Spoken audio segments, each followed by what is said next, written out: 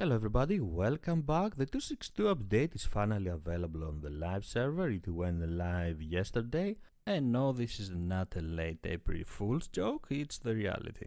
Although a bug fixing polish patch mostly, it is a quite important patch because it's the last announced update before the 3.0, the most important update for Star Citizen in general. So the real question we all have right now is when are we going to see the 3.0 update on the PTU and of course the live server? I'm afraid we will have to wait for CIG to first of all update the production schedule report and let us know what they are planning to do next, what they are planning to release next. And there are of course some hints that we have discussed before that we may see another update before the 3.0, that there might be another update before the 3.0 coming that will bring us some locations where we will be able to land, like moons, and maybe the very first steps of some of the professions. We're going to discuss about this again, we're going to talk about this again later in this video, but before we do that, let's talk a bit about the 262 that was just released. Like I said before, the 262 was just a bug-fixing polish patch that continued the work of the 261 and introduced the multiplayer version of the Megamap feature that makes transitions from single-player to multiplayer environments, from single-player matches to multiplayer matches very fast and very easy, and it reduces the loading times. The Megamap was not introduced to the Crusader and the ARCOP 18 area, but this is something that will happen on another time and with another patch. Overall, the Megamap feature that started with the 261 update for single player only environments and the new version, the new step of Megamap feature that we got with 262 for multiplayer environments as well, makes our life a lot easier. It makes it very easy to jump from your hangar to the ship customization page, to a single player match, and then go to a multiplayer match or back to your hangar.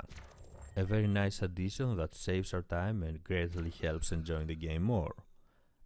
Another major addition that we had with the 262 update was of course a new vessel, a new ship, the Drake Buccaneer, an impressive little fighter with a lot of hard points, a lot of firepower, but pretty much zero armor, zero defenses. A great little ship for players that love maneuverable vessels, that love vessels that have high agility and speed, because it is also very fast, that can also fight against stronger fighters right now in the game, like the Super Hornet or the Saber. The 262 update was released actually with a slight delay of 1 week. If you remember, the initial plan, the initial schedule report for the 262 update had as a release date March 23rd. 1 week is not really that important, it's not going to change anything for 3.0 or the next plans of CIG. It's a very insignificant delay and it's not a big deal. These are the two new features that came with 262 update, but there are of course a lot of bug fixes. After all, it is a bug fixing mostly patch for Arena Commander and Star Marine, making the whole experience much better and the game a lot more enjoyable for all of us. In order to honor the introduction of the Buccaneer, which was a nice surprise by the developers, they haven't said anything before they put this little fighter in the game. CIG has announced a Drake sale. All Drake vessels are available for purchase until April 10th. So if you want to have a Buccaneer, or if you want to have a Herald or a Caterpillar or a Dragonfly even for your ground exploration to be ready for 3.0, this is your chance, this is the time to buy one of these quite nice little vessels, quite unique little vessels from a shady manufacturer. So let's go ahead now and talk about the latest news for 3.0, what we know about the plans that we will get in Star Citizen eventually. From the latest around the verse, we have learned that the developers are working on planetary effects. They have started implementing new effects on the planets, including various atmosphere and weather effects, making the planets looking a lot more alive and much better. What really caught my interest on this ATV was the mention for one more time that the developers are especially focusing on finalizing the moons.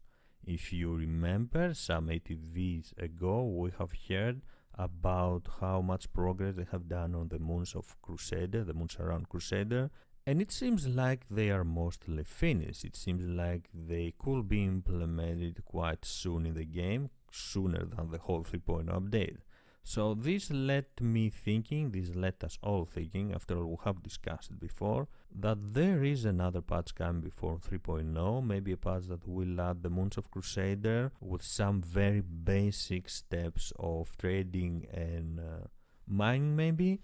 After all, in a previous Around the Verse, it was mentioned that the developers are not only working on the surface of the moons, but also adding geological elements so players can find them and extract them.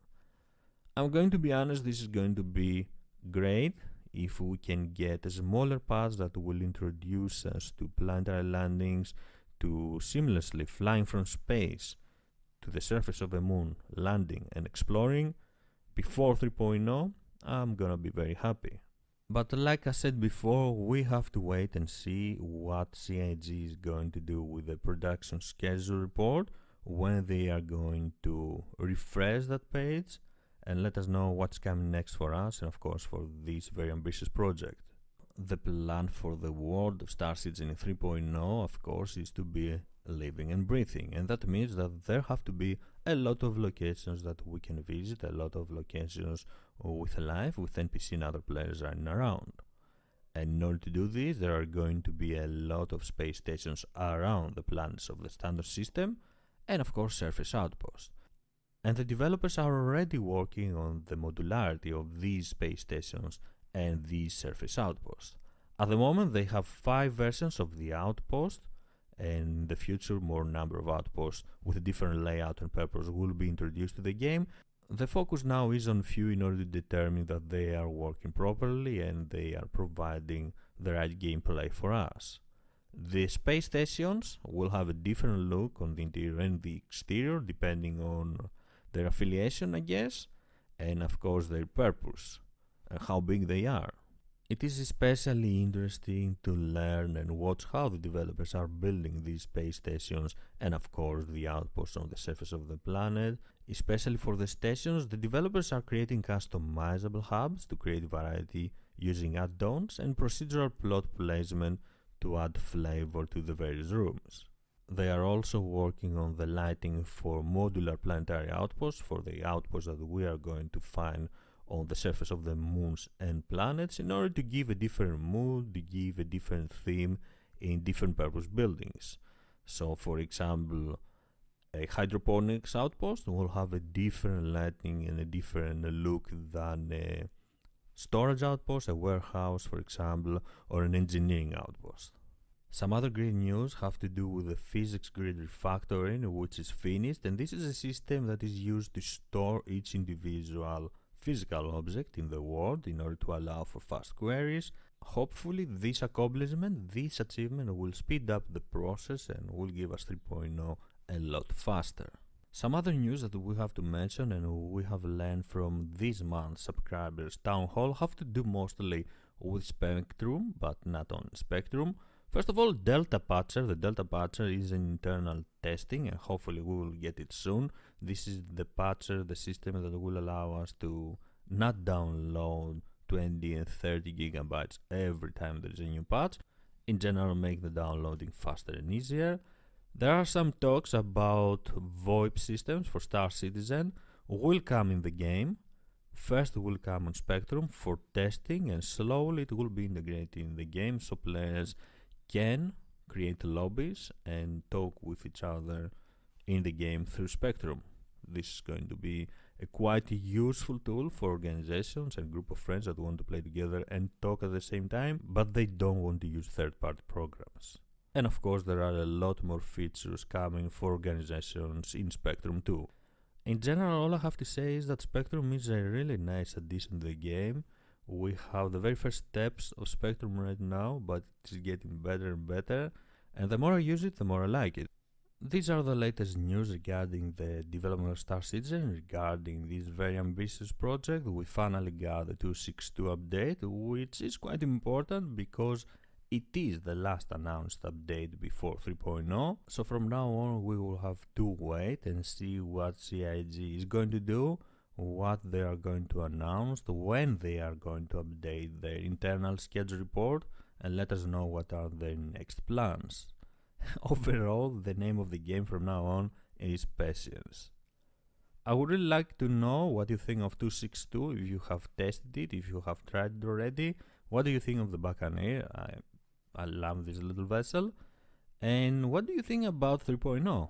Are we going to jump straight to this next huge milestone for Star Citizen? Or do you think another smaller update is possible to happen? I'm going to be honest, I will be happy with either as long as we get planetary landings.